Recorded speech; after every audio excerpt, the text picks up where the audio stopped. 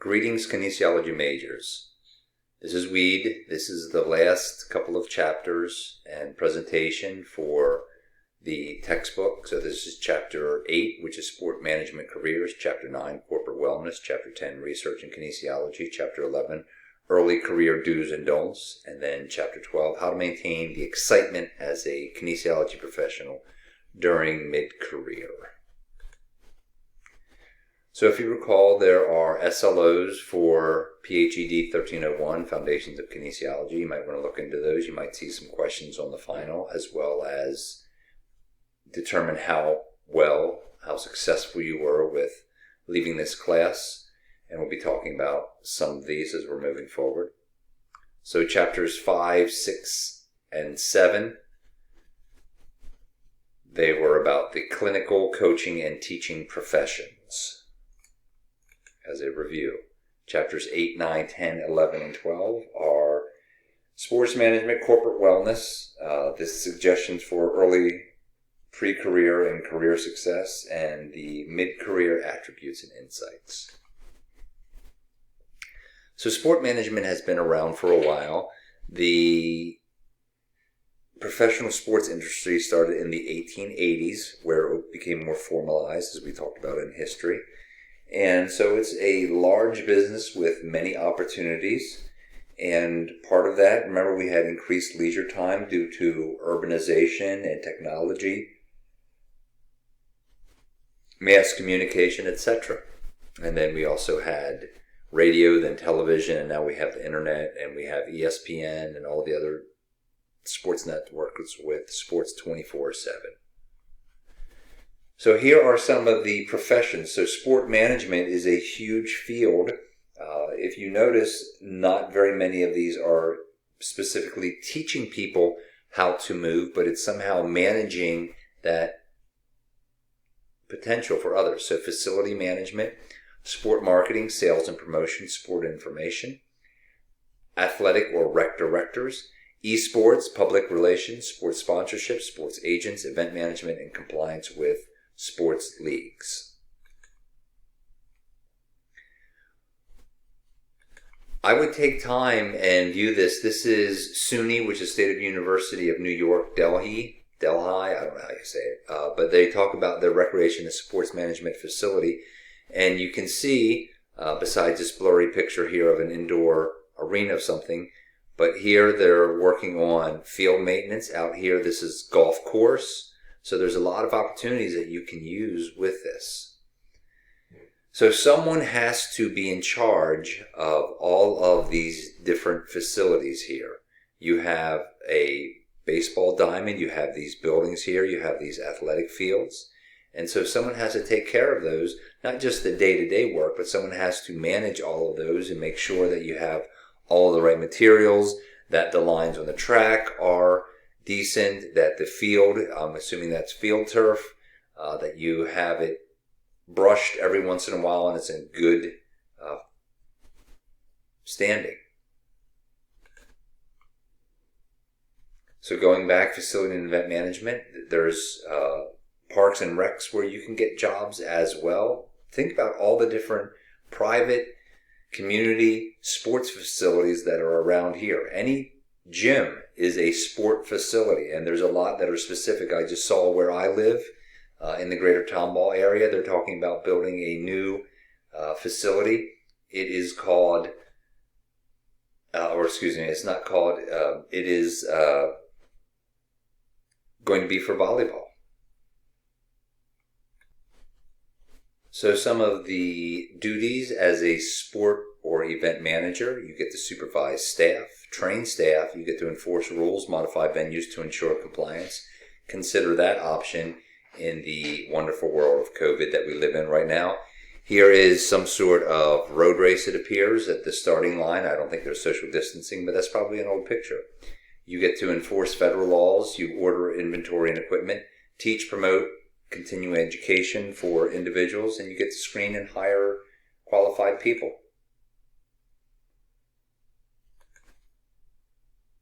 Touting itself as the nation's largest indoor venue of its kind, The Spooky Nook Sports Complex opened its doors for Media Day Thursday afternoon in East Hempfield Township. The former Armstrong World Industries warehouse has courts and fields for more than 20 different sports. Spooky Nook is the home of the U.S. Women's National Field Hockey Team, but it also focuses on the needs of local sports enthusiasts, no matter what kind of sport they enjoy.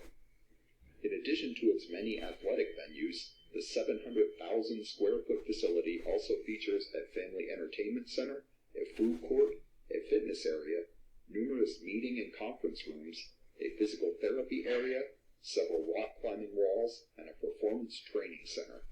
Nook Sports offers several different membership packages for the fitness center, the rock climbing area, and the tennis courts. So Spooky Nook, that training facility, is in my hometown, and I have trained there, not recently, but I've gone there and worked out a couple times, but it's a really amazing and unique facility.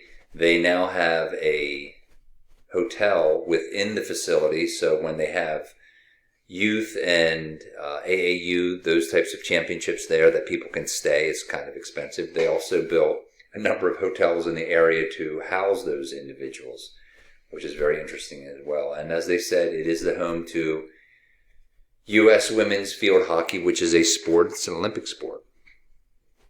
So for intercollegiate, you can work at the NCAA Division 1, 2, 3, NAIA, all the different sports organizations that are out there. And there are administrative levels. I believe this is a picture of the NCAA in Indianapolis, their national headquarters. When I was there a couple of years ago, I took a picture as I went for a walk. And some of the positions you have, obviously you have the athletic director and the different assistants, but there's also a senior women's administrator, and that is to promote women's athletics at the NCAA level. There are also different types of associate athletic directors. There's assistants to staff level program managers, graduate assistants, administrative staff. I don't know about the NAIA and the NCCAA, but I'm talking about NCAA because I've worked within that framework. There's also a marketing piece to that where they send out information and promote different sports, whether that's electronically through different social media or through the good old creating flyers and that type of information. And remember, alumni, there's also a big alumni association with those endeavors. So someone has to manage all the equipment that different sports have, make sure that you are wearing the correct items. So if you like organization logistics, that could be good for you. At the Division III level, most coaches are the ones who are responsible for in these smaller sports. Now, football, they probably have their own individual who takes care of all the equipment to make sure everything is correct. There are professional sports management opportunities. As I might have said before, I had a student who took an internship selling tickets for the Cleveland Cavaliers in group sales, and last time I had checked and I had heard from him, he still was working for the Cleveland Cavaliers and selling tickets. So there's money in making that. So corporate wellness is another opportunity. Major corporations, not small mom and pop types of stores, major corporations, their biggest capital expense is the employees. And so if you can keep them in better health and wellness, then you are able to save yourself money and be more productive and more profitable. And it says right here, missed work days now account for more than $225 billion in lost productivity each year, according to the CDC. So these are people who work with employees and help them to be better and well so that you lower the cost of healthcare. If you've ever been to the fitness center at Lone Star College University Park, that fitness center was originally corporate fitness. And it was much different when I arrived here in the fall of 2015. I have gotten rid of probably 15, 20 machines and added most of the free weights that are there. The dumbbells were there, but all of the kettlebells, all of the Olympic bars, all the bumpers, They were not there, and I added those. Not me personally, but they gave me money so I could add those, so I could make it the way I wanted it to be. So corporate fitness facilities, it's usually on campus, and therefore the employees don't have to pay for another one. They just go directly after work or before work or during work and get their workout, and they have people who monitor and program for them. And this can be public or private. And I don't know if stretching necessarily at the meeting like that would be part of that, but who knows? If you recall, there are dimensions of wellness. If you've had PHED 1164, there are 9. Here are 6 plus 2. So all of these different dimensions of wellness interact with each other and make us whole individuals. We have social, occupational, spiritual, physical, intellectual, emotional, environmental, financial, as some of those.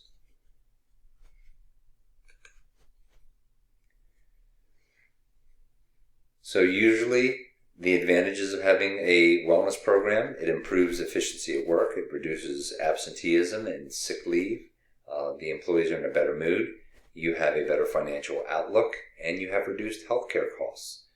When I taught in Indiana, we did not have a wellness center, but we had a wellness program, and I did it just because when I was in the wellness program, my hip to waist ratio was below the level, my BMI was below the level, and my blood pressure was below the level. So each time I had to pay for my monthly health insurance, I paid less money than anyone else because I was part of that program and I was healthy. And usually you need to have a degree in exercise science or kinesiology. Some people have a group exercise. You need to be certified in CPR, first aid, and AED. And some of them also require different types of strength and conditioning. So research in kinesiology. How do we know what we know? So when we are looking at information, we want to know, is there a primary source of information which is based on research? One of the problems right now I'm finding with physical literacy is there's a lot of information out there, but there's very little actual research. It's all theoretical. Then we have secondary, which is interpretation, commentary, or analysis of other subjects. So your textbooks are usually a little bit behind. They're not as current as other points of research, dissertations, commentaries, and criticisms. And then there's the questionable, the bro science, if you will. There's dictionaries, encyclopedias, directories, and guidebooks. So you have to be aware of where are you getting your information. So what is the reliability of that information? And even with scholarship, in terms of doing research at 4-year colleges, you will find out that some of that information has been tainted. It is biased. Coca-Cola Company has been funding nutrition research for years, and people, because where you get your money from, might not want to report poorly about them. There has been some information. There is the Gatorade Research Center, or whatever you want to call that, and they do a lot of research. They have improved Gatorade to make it more effective, but they're never going to come out and go, oh, by the way, buy Powerade because it's better than Gatorade. They're always going to be promoting their own product and making it better, but there's also a lot of sugar, carbohydrates in Gatorade. So there's different types of scholarship. There's scholarship of application and engagement, scholarship of teaching, scholarship of discovery. We want to add to human knowledge, and there's scholarship of integration, where we're trying to put that information together with others. There is secondary education. So when you become a professional and you are working 30 years in a field, you're going to have some anecdotal information based on what you have discovered. You have found out that X happens. All of us are a sample size of 1. What works for us might not work for anyone else. And then there's also questionable research that's out there. The bro science, there's websites out there. If you see, you think, wow, that seems too good to be true, it probably is. So again, we can get information from all of these, which give us information, and then also they go back and forth. And part of the career research project was for you to do some research. So in this class, you have read a couple of journal articles. They have not necessarily been research-based, but one of the most recent ones, which was about people's perspectives on physical education, you saw the part where 308, I believe, physical education teachers were studied, and they gave them a survey, and then they found out what that is. So you go through here, and you find out. This dependent and independent, that is quantitative research versus qualitative research. So evidence-based practice, a lot of this comes from the medical field. What is the best practice to do to have the best results? And that's based on a number of things. There's a video here which is on the webpage, which we are not going to watch, but it talks about it. It is somewhat controversial because not everyone agrees what is best. So the 7 steps for evidence-based practice, in one of my classes in my doctoral program, we talked about this and trying to figure out in the wonderful world of kinesiology, how can we have evidence-based practice that we do the best items?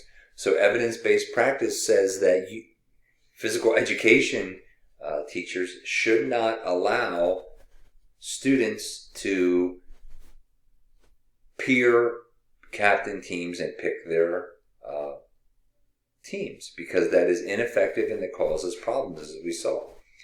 So step 0 is cultivate a spirit of inquiry. So what do you want to know about? I'm constantly asking, how does that work?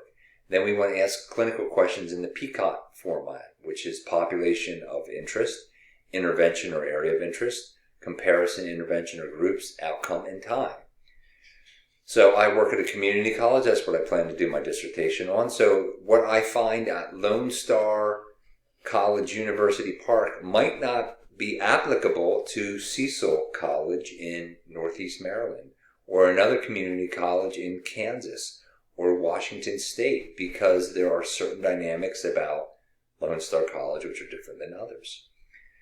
Then you want to search for the best evidence, critically appraise the evidence, and again, this is done through research. Integrate the evidence with clinical expertise for the patient-client preferences and values, and then evaluate the outcomes of the practice decisions or changes based on evidence, and then disseminate that evidence-based practice. So we have found in research that warming up prior to activity is best, even though there are plenty of people who stretch before they work out. But evidence has shown us that warming up, a dynamic warm-up, 3 planes of movement, biomotor abilities, is the most effective. So you have your research project that you're working on, which is due October 31st. And you can see we don't have the poster for ours because we are online.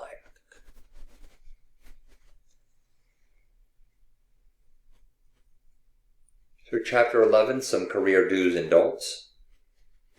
So how do you find your job? One of your items that you are supposed to do for your career research project presentation is to go to Indeed.com or something similar to that and find out what that looks like. I have suggested to some students that I've talked to individually that, if you want to become a athletic coach in the NCAA, go to the NCAA and look at what it takes to do that. How can you get an internship, which we talked about, which is going to lead you on that path? Talk to professionals and find out what their path looks like. And then make yourself as desirable as possible in terms of getting hired. So talk to different people who are in the field and find out what is going on. In coaching, sometimes you can come in contact with other coaches and find out about what's going on, different job openings, whether that's head coaching or assistant coaches. There's social media. When you hear that someone got fired, that means that someone's going to get hired in a little bit. Go to conferences and professional organizational meetings, being members in those professional organizations. Go physically visit, look at LinkedIn or other listserv access, and then volunteer at different organizations. they might hire people from their volunteers. Remember, you want to minimize your school debt as much as possible. You are being economically thrifty by taking classes at Lone Star College, University Park, or the Lone Star College system. Right here, look for options that will forgive or reduce your payments. One of my sister's college roommates, she was health and physical education, and when she got done her student teaching, she went and taught in Camden, New Jersey for a number of years. And after so many years, they forgave her student debt because she taught in Camden, New Jersey, which is an inner city school, and I don't know how that works, but they forgave her debt so she didn't have to pay it back. So is graduate school, that's part of the research project presentation, is your future job, does that require graduate school? I was just talking to my middle daughter, and she was talking about looking for a job and then also going to graduate school. And I said, hey, maybe you want to consider, getting a job and seeing if someone else will pay that. So when I taught junior high, my school district, they actually paid me to go back and get more credit hours and eventually earn a master's degree. And along the way, the more credit I got, the more money they paid me. So it was a win-win situation. I don't think that is necessarily the case anymore in the state of Texas or even in Pennsylvania. I know in Wisconsin and Indiana, the school districts did not reimburse for going back to school. But I was fortunate many years ago, school districts used to do that. So they would pay me to get more money. Now you had to pass the class with an A, B, or C. You couldn't get a D in the class or an F. They only reimbursed you when you passed. So some of the things that you want to look at for that as you're moving forward, what is your overall GPA? Do you need to take the GRE scores? I was just talking to an individual who wants to start adjuncting at Lone Star College, and he needs to get a master's degree. And I gave him my 2 cents, even though it's a penny for your thoughts. And he wants to go to a school where you don't have to get your GRE. Think about who would you ask for a letter of recommendation at Bethel. When I taught there were only 2 full-time individuals, and I was like, listen, I told the students the first day when we met them, all the kinesiology majors, and I go, listen, you have 2 full-time faculty in the department. That's either myself or it's Larry. So if you irritate both of us, guess what? You're not getting a good letter of recommendation. And I am very strict about that. I don't write letters of recommendations for people who show up late for class, who don't do well academically, who don't pay attention, or always on their phone, because I am putting my reputation at risk for an underperformer.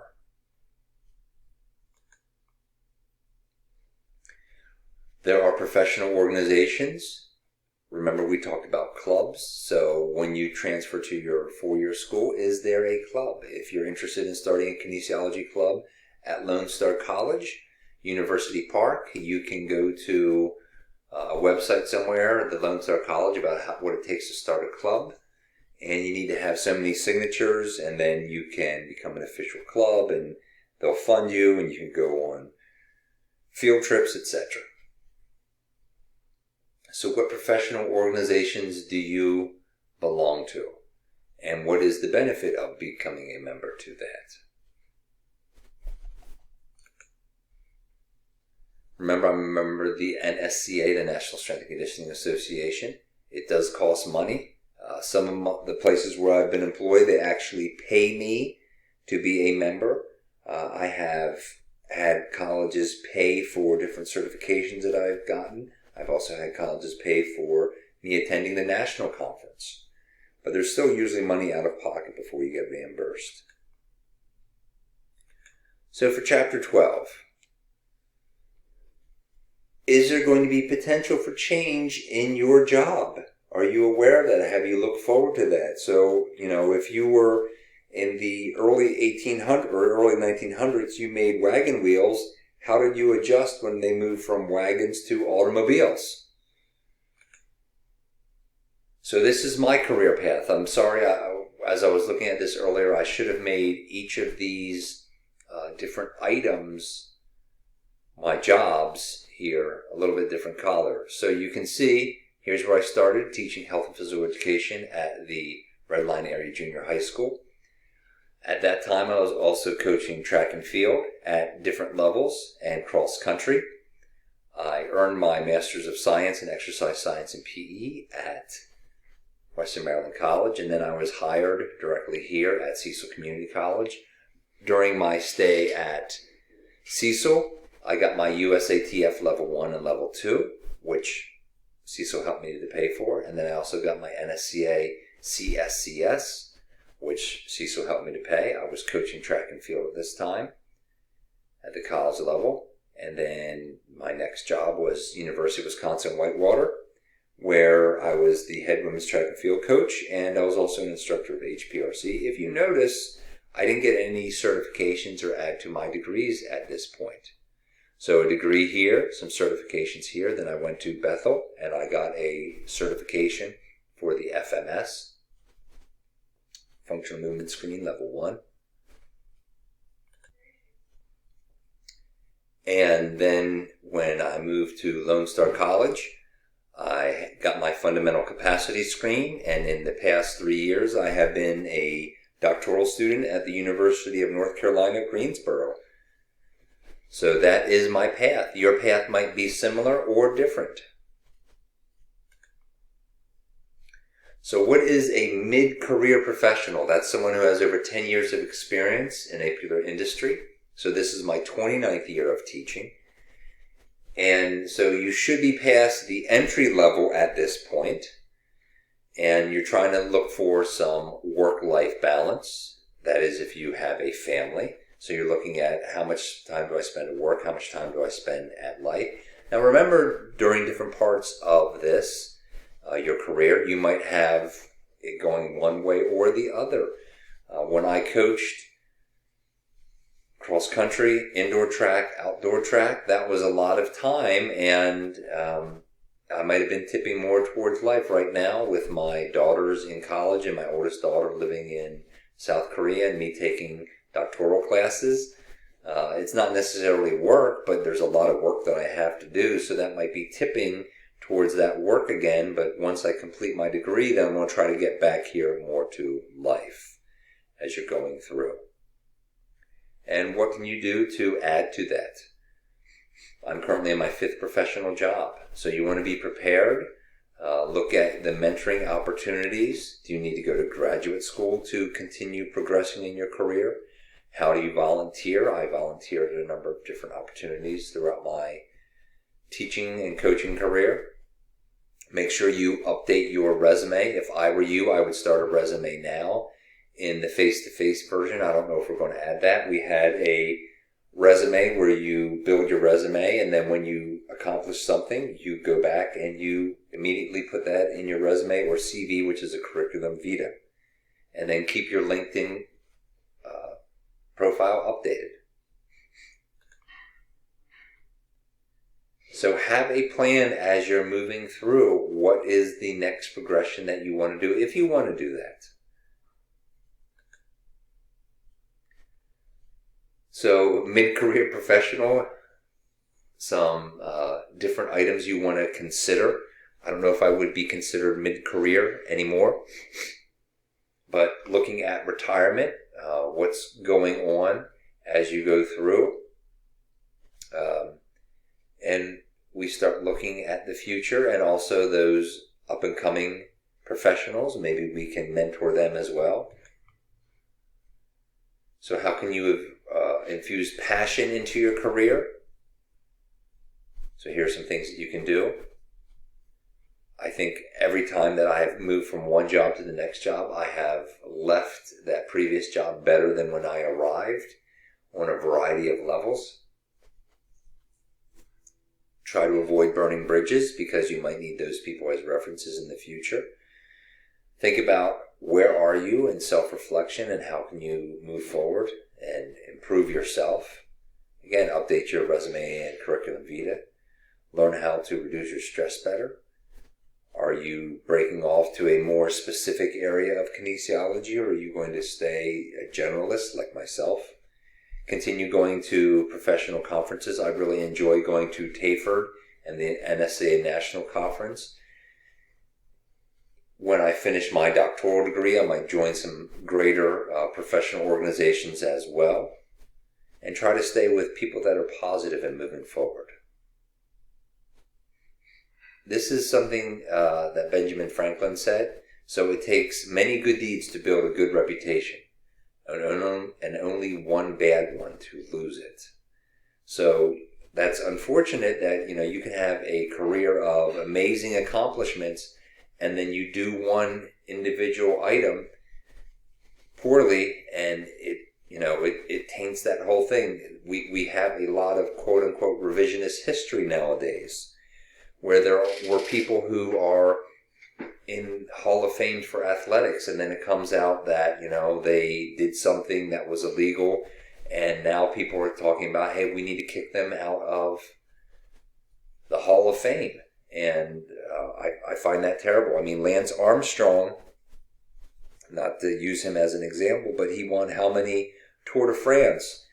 And then they found out after he had retired that he had used some performance enhancers. So should there be a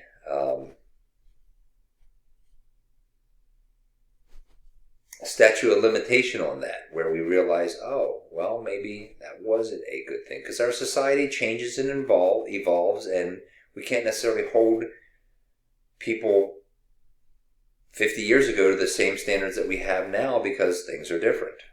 I'm not saying they're good or bad, I'm just saying they're different. So, looking forward, are you going to play now and pay later, or are you going to pay now and play later? According to John Maxwell. So these are the standards for a physically literate individual. You might want to try to look into those for the future, for the final wink, wink, nudge, nudge. And then looking at those different attributes of all the chapters. Thanks for your time and attention to this.